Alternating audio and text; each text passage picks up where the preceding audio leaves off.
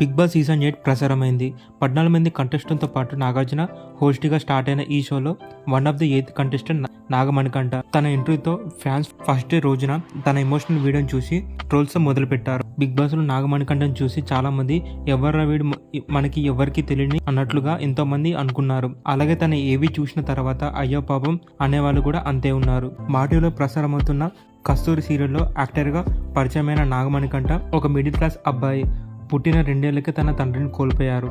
నాగమణి ఆ తర్వాత అమ్మగారితో జీవనం సాగించారు. దాని తర్వాత మణికంఠ అమ్మగారు రెండో వివాహం చేసుకున్నారు. తన అమ్మతో కలిసి అమ్మాయి జీవితంగా బతుకుతున్న నాగమణి కాలం మరో గాయం అనేలా చేసింది.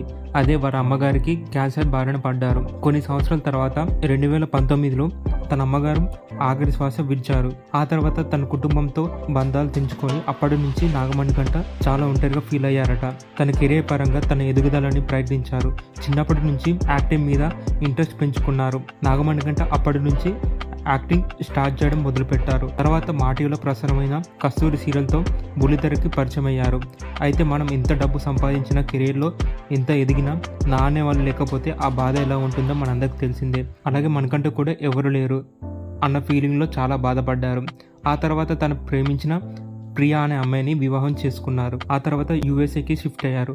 ప్రస్తుతం వీరిద్దరికి ఒక పాప ఉన్నట్లుగా తెలుస్తుంది. నాగమణికి తన పాప అంటే ఎంతో ఇష్టమట. ఎందుకంటే తన పాప రూపంలో తన అమ్మగారు తన దగ్గరికి వచ్చినట్లు భావిస్తారట. అయితే బిగ్ బాస్కి వచ్చేటప్పుడు తన పాపని మిస్ అవుతున్నా అంటూ, అలాగే తన పాపని విడిచి ఉండడం ఇదే మొదటిసారి అంటూ బాధపడ్డారట.